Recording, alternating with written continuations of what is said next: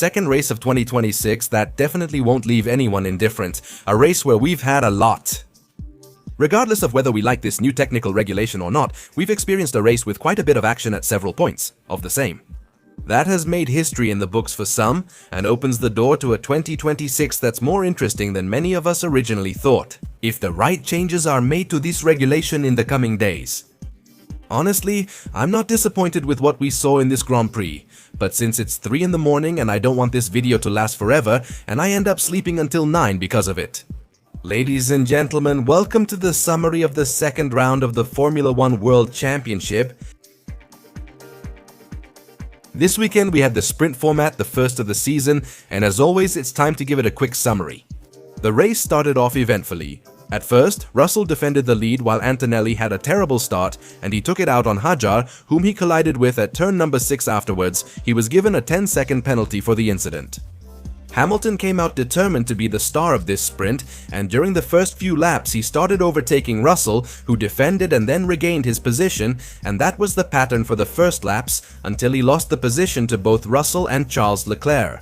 Later on, Hülkenberg's Audi went off to make a place for us in the afterlife, stopping at turn number 1, which caused a safety car and several drivers went into the pits. In this, Antonelli served his penalty, and some took the risk of not stopping, like Liam Lawson or Oliver Burman, looking for points with a risky strategy. When the race resumed, Antonelli passed drivers such as Lawson, Burman, and Piastri. Meanwhile, Hamilton managed to take third place from Norris, leaving Russell as the winner of the first sprint race of the year, with Charles Leclerc finishing in second place and Lewis Hamilton in third. But Sunday was the real race, and before it started we had a lot of surprises, but let's go through them one by one. And that's because 4 cars wouldn't start the Grand Prix, all due to reliability issues that were detected just minutes before the race began. The McLarens couldn't start the race because of this. Originally, Alboni was going to start from the pit lane, but he didn't take part in the race either due to an issue they couldn't fix, and the last one was Gabriel Bortoleto, who also had a problem before the Grand Prix began. At least what is known so far is that on McLaren's side, it was a power unit failure that was practically impossible to fix with the time left before the race. So, to start, we would only have 18 cars on the track. But a day earlier, Antonelli made history in Formula 1 by getting his first official pole position and becoming the youngest pole sitter, taking the record from Sebastian Vettel at 19 years old. His closest rival at the start would be George Russell, who, despite an issue with his power unit in the last qualifying session, managed to save second place, and Lewis Hamilton, who finished in third position, ready to fight at least at the beginning.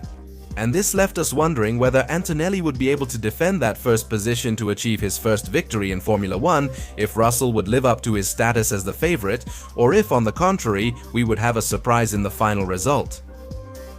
Sunday was the time to get each and every one of those answers, and once the cars lined up on the starting grid, the lights on the traffic signal would go out. And with that, the Chinese Grand Prix would begin.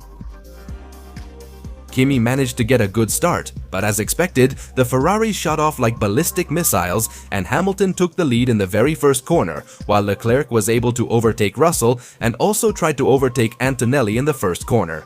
But Kimi managed to defend that second position, leaving Hamilton in the lead, Antonelli in second, and Charles Leclerc in third. Further back, in that same corner, there was contact between the Cadillacs, which caused Checo to spin, and later on, in the banked corner, Hadjar was fighting with Bergman but ended up spinning out, and the British driver barely managed to avoid a crash, ruining Hadjar's race a bit as he had to come into the pits on that same lap to recover the tires, which were practically destroyed by that spin. This allowed several drivers to move up positions. One of the biggest gainers was Colapinto, who managed to climb up to 6th place with a hard tire strategy that put him in a very good position. However, up front by the second lap, Antonelli overtook Hamilton, and with that, he regained the lead of the race. Meanwhile, Russell overtook Leclerc for third place, and also managed to pass Hamilton on lap 4 to move back into second, aiming to go after his teammate. In the opening laps, Max Verstappen struggled with a terrible start. I suspect it was a battery issue, similar to problems in the Sprint or Australian Grand Prix. By lap 5, he was in 10th place, having extended his stint on soft tires but experiencing lockups and counter-steering, trying to overtake Arvid Lindblad, which was causing the Dutch driver's tires to wear out and his pace to drop little by little. After failing to overtake him, he was even exposed to being overtaken by Oliver Bergman, who took his position. However, up ahead, Lindblad managed to overtake Liam Lawson to take that position from him. But seeing that both drivers' tires were dropping off in pace significantly, both Verstappen and Lawson came into the pits on that lap. Both would have bad luck, as on the next lap, Stroll was stranded on track with a reliability issue, triggering a safety car that almost everyone used to their advantage. Antonelli, Russell, Hamilton, Leclerc, Gasly, Bergman, Sainz, Bottas and Isaac Hayar came into the pits, which left Lawson and Max in 13th and 14th place respectively, since they couldn't take advantage of this neutralization to pit. Of those who stayed out on track and didn't change tires because they initially started on the hard tire were Franco Colapinto, who moved up to 2nd place, and Esteban Ocon, who finished 3rd. So they would have to pit later in the race. But with the safety car, they ended up quite out of sync with the strategy, because if they had pitted on that same lap, they would have had to make 2 stops with 2 stints on medium tires. The Grand Prix resumed on lap 13, and at this point the Ferraris were flying. Hamilton overtook Russell, sending him to 3rd place, but the British driver would also fall behind Charles Leclerc, who reported that he had no grip in the initial laps after the restart. Hamilton actually got close to Andrea Kim and Antonelli. However, Antonelli held on until his tires warmed up, keeping the lead. But behind him, ladies and gentlemen, we were about to witness the Franco Colapinto show, who suddenly turned into Gandalf from The Lord of the Rings. And he took his role very seriously, because he wasn't letting any of his direct rivals through. After being overtaken by the Mercedes and the Ferraris, the guy blocked any attempt to pass from Esteban Ocon or Oliver Bergman. He managed to withstand the attacks from his rivals, who tried however they could, but it was extremely difficult for them to get past him. It wasn't until lap 21 that Bergman and Verstappen were finally able to overtake him, and both drivers took advantage of this to break away from the group in a move that ended up being crucial, at least for Oliver Bergman. But the Argentine, with whoever he could, probably to the rhythm of some cumbia villera, was preventing anyone from overtaking him, fighting hard with Esteban Ocon. The duel these two were having was pretty intense. But while these two were arguing about their cultural differences, about the result of the 2022 World Cup up ahead, the Ferraris would start fighting again, because on lap 24, Leclerc went for Hamilton at the braking of turn 14, and Hamilton tried to get the position back, but it was practically impossible for him. Although he held on to the grudge for a few laps, because on lap 26, he threw the car at him at the same spot. Although Leclerc took it back in turn number 1, Hamilton didn't give up. He tried to recover the position, and these two kept fighting through the entire second sector. Hamilton overtook him, Leclerc took it back, and it seemed like these two were fighting for a world championship and not just 3rd place. Obviously, George Russell took advantage of this, overtaking them on laps 27 and 30 to move back up to 2nd place. Thanks to tire wear and his Mercedes pace, he pulled away from the Ferrari drivers. This brought a bit of calm to the battle, and going back down the grid, we had a spin from Lindblad on lap 28 that practically ruined his race, and on lap 30, Ocon would come into the pits trying to undercut Franco Colapinto after being unable to overtake him on track. Colapinto didn't pit until lap 33, but managed to exit ahead of Esteban Ocon.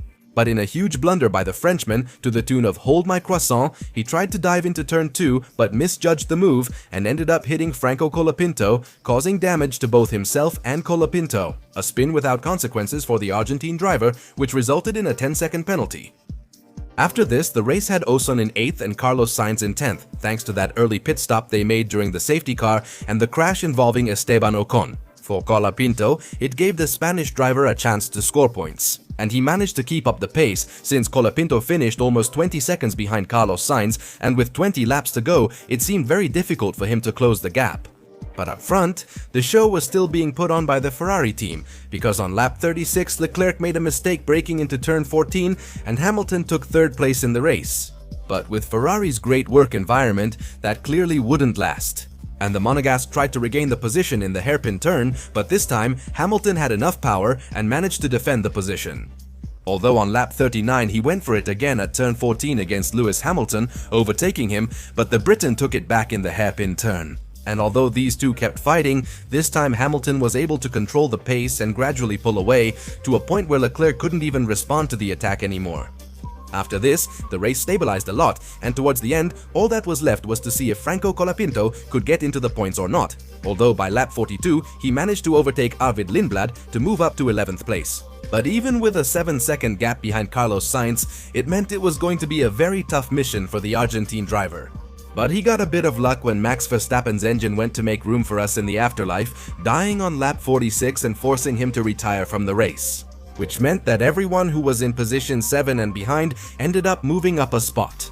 And that put Colapinto in the points, and in the final laps he did manage to get to the rear wing of Carlos Sainz, but he couldn't overtake him thanks to a magnificent defense by the Spanish driver, who defended that 9th place like a titan. And in the end, this was the last action of the day, because when lap 56 arrived, Andrea Kimi Antonelli made history in Formula 1 by winning the Chinese Grand Prix.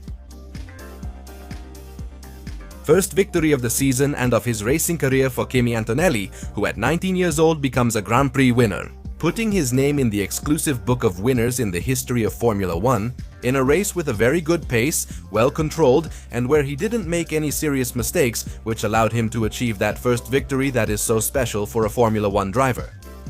The rest of the top 10 of the Chinese Grand Prix finished as follows: 2nd place for George Russell, 3rd place for Lewis Hamilton, achieving his first podium with Ferrari, 4th position for Charles Leclerc, 5th place in a great race by Oliver Bergman, 6th place for Pierre Gasly, 7th place for Liam Lawson, who finishes as the best of the Red Bulls, 8th place for Isaac Hayar, 9th place for Carlos Sainz in a great race for him. And closing out the top 10, Franco Colapinto, who scores his first points with the Alpine team.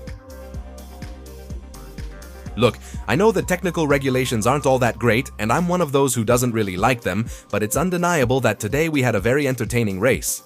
A lot of fights, great battles in several places, and honestly, I don't want to be breaking my head thinking about whether they're artificial or not. I think the race was very entertaining, and in the end my rating will be 8, a good race. Honestly, I don't know if this will be the trend all year, but I really enjoyed today, and that's what matters. Thanks for watching. My drivers of the day this time are Andrea Kimi Antonelli, whose pace earned him the victory, Lewis Hamilton, one of the main entertainers of the Grand Prix with his great battle with Leclerc in a great race from him, and finally, Franco Colapinto, who despite the off strategy and the collision with Esteban Ocon, made the race exciting and managed to score points, taking advantage of Verstappen's problem. And my disappointment of the day is Red Bull. Yes, I knew they were going to struggle because of the car's weaknesses in slow corners, but what happened today was extremely disastrous. Without pace, stuck in the midfield group, and in the end, Verstappen even ended up retiring due to a reliability failure. I don't know if they're paying the price for how late they were updating the 2025 car, taking resources away from the 2026 car. But it's clear that the good feelings they left during preseason are slowly fading away. And it's not just about the engine anymore, where it was known there would be a deficit, but the car itself isn't very strong either. And this race has been a terrible debacle for the Red Bull team. But ladies and gentlemen, with that we finish the summary of the 2026 Formula 1 Chinese Grand Prix. But this is where I ask you, what did you think of the race? Did you like it? Do you still not like this kind of race? And obviously, who were your drivers of the day and your disappointments of the day in this 2026 Formula 1 Chinese Grand Prix? Let me know all your opinions in the comments section. That's all from me. I'll say goodbye by telling you that if you like this video, give us a thumbs up, subscribe to this channel, turn on notifications so you know when I'm uploading a new video, and share this with your friends. Follow us on Instagram and Twitter using the links in this video's description. See you soon for more content on your Skyline Racing channel. Thank you for tuning in and see you later.